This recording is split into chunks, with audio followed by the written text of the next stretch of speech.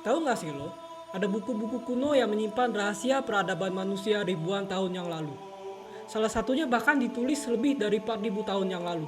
Penasaran? Nah, gue bakal kasih tahu lo 3 buku tertua di dunia. Yang pertama, The Epic of Gilgamesh. Buku ini berasal dari Mesopotamia, atau yang kini lebih dikenal sebagai negara Irak. Buku ini ditulis sekitar tahun 2100 sampai 1200 sebelum Masehi.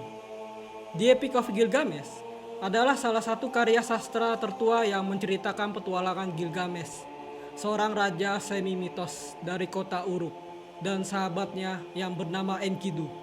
Kisah ini ditulis pada tablet tanah liat dalam huruf paku atau cuneiform, dalam bahasa Sumeria dan Akkadia. Epos ini membahas tema universal seperti persahabatan, pencarian keabadian, dan perjuangan manusia melawan takdir. Yang kedua, piramid teks. Piramid teks berasal dari Mesir kuno. Buku ini ditulis sekitar tahun 2400 sampai dengan 2300 sebelum Masehi. Piramid teks adalah koleksi teks-teks religius yang terukir di dinding piramida raja-raja dinasti kelima dan keenam Mesir kuno. Teks ini berisi mantra dan doa yang bertujuan untuk melindungi raja di akhirat dan membantunya mencapai kehidupan abadi di alam para dewa.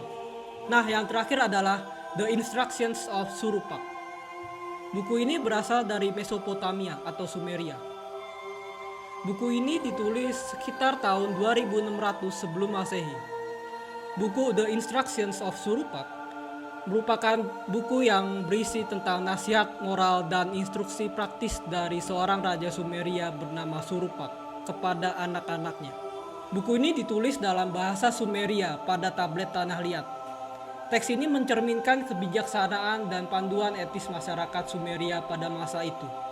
Ketiga karya ini bukan hanya cerminan perkembangan peradaban awal, tetapi juga warisan budaya dan sejarah yang masih relevan untuk dipelajari hingga hari ini.